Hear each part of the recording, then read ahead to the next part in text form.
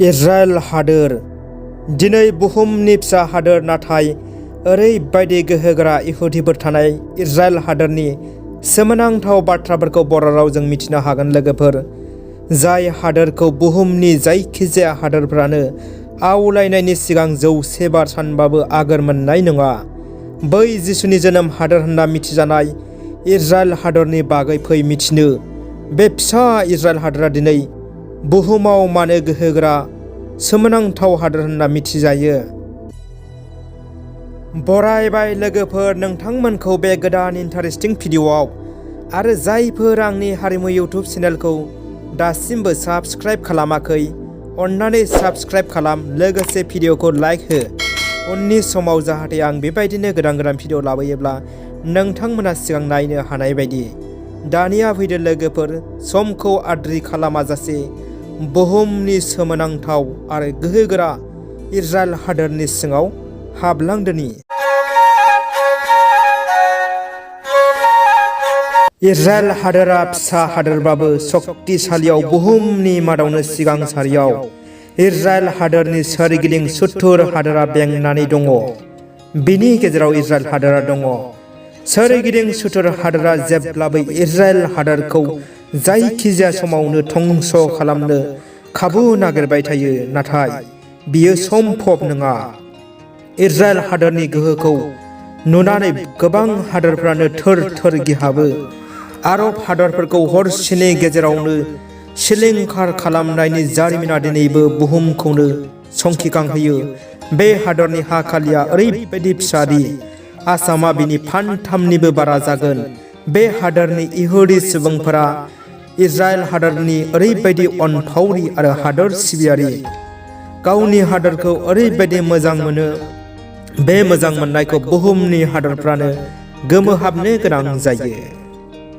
Israel हादोरा ओरैबायदि गोहोगोरादि आरो बेबायदि बुहुमनि दरसेल' हादोर गावहानो निजा सेटेलाइट डिफेन्स सिस्टेम दं।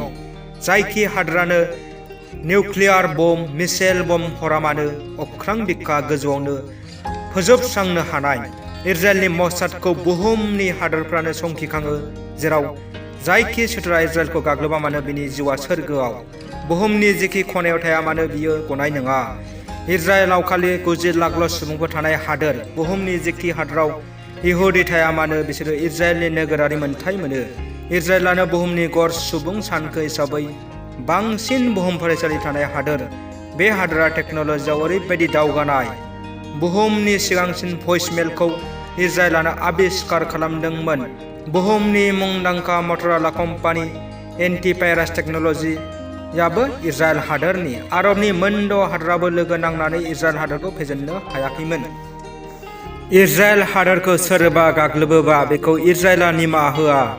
बे हादरनि गेदेर मोन्थोरा बेनोदि दावहानि फिननाया दावहा, गुलिनि फिननाया गुलि जानो हागौ। बेनिखायनो बुहुमनि हादरफ्रा बे हादरखौ मेगन फेदेरनो हाया। इजराइलजों भारत हादरनि गेजेराव बिसुखे लोगोनि सोमोन्दो दङ। जायखि थासारियावनो भारत हादरखौ सोरबा हादरा गिलु बालु गाग्लोबोबा इजराइला दान्दिसेबो थाथ'नाय नङा, लोगो लोगो फोजोबस्रांगोन होनना बुहुमनि जारिमिनाव समाय लानाय दङ। भारत हादरानो दरसे बुहुमनि सिगांसिन हादोर, जाय इजराइल हादरखौ बुहुमनि दरसे हादर होनायाव गनायथि होदोंमोन। भारतनि गाहाय मन्त्रि मदिआ जेब्ला इजराइल दावबायदोंमोन, अब्ला मदिखौ इजराइल हादराव जोबोद दोलै नोगोरै रंजा बाजा आरो जोबोद रैखाथियै बरायदोंमोन।